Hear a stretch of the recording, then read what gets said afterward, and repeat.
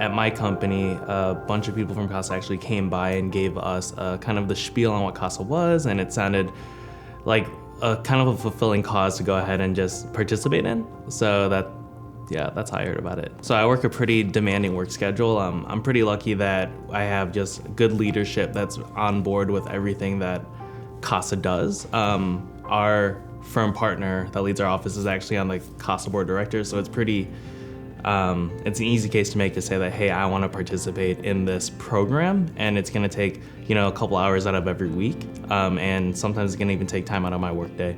And that's just because I have a lot of supportive people in my corner. So the case that I was assigned on is with a 14-year-old boy. While there are a ton of great volunteers at CASA, the reality is there's so few male role models, and that's kind of what he really needed. Kind of where I fit in is that not only can I connect with him in ways that a lot of other volunteers can't, he just has someone that's stable in his life that he can depend on and he can talk to on every other week basis. So my case is a little atypical in that my CASA is actually placed in Houston. And so what that means is that he's away from all of his friends, all of his family. The amount of contact that he has with them is very limited, right? Because it depends on who's picking up the phone and who's available. And really the most fulfilling part of my job, and it's really not even that, really, of our friendship, is that he's looking forward to talking to me whenever we do pick up the phone or whenever we do FaceTime. And when something goes wrong at his placement and something is, kind of amiss, he's quick to tell his therapist, he's quick to tell the facility, hey, I want to talk to my CASA.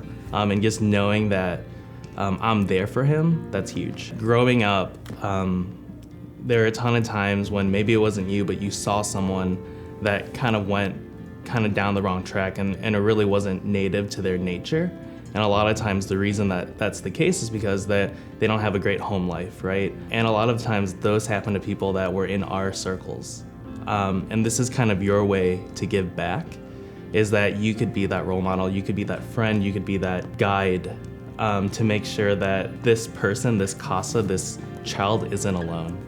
So all those things that you might be nervous about to volunteer with an organization that is as demanding as CASA, you might be worried about really navigating the waters of the legal system, how to communicate with caseworkers, etc. CASA does a great job of training you so that you're never having to be nervous about tackling that, right? And then in addition to that, you're also assigned a specialist, and your specialist is actually kind of your mentor in the system and is kind of always there to text, email, call, whether or not you know what you're doing or whether you're scared or anxious. They're always there to guide you through the system, so there's no reason to be nervous about signing up for CASA. If you've ever been in like a relationship where you really care about someone, you recognize that no matter what, you're always gonna make time for them. And that excuse that people have sometimes where like, oh, you know what, I'm trying to balance this and that.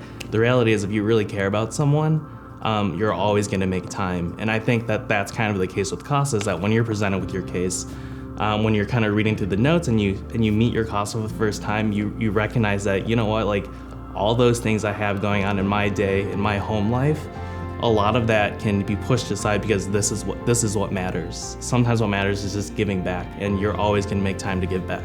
When you put yourself in a young man's shoes and you think about who can I relate to, who can I talk to, who can I go to for advice, oftentimes it's not necessarily their mother, it's not necessarily another woman role model in their life, and all they're looking for is a guy, right? Because there's just life experiences that you would understand that someone of the opposite sex wouldn't. And that's kind of our role here, is that as much as we want to lead by example, we're also meant to be good listeners. And that's kind of what CASAs need today. Volunteering is super duper cool, especially it's 2019, giving back is important. And if you're interested in CASA, check out the website. Once you sign up, training takes place over the course of a month or two. Very worth it, very seamless, and the training's spectacular.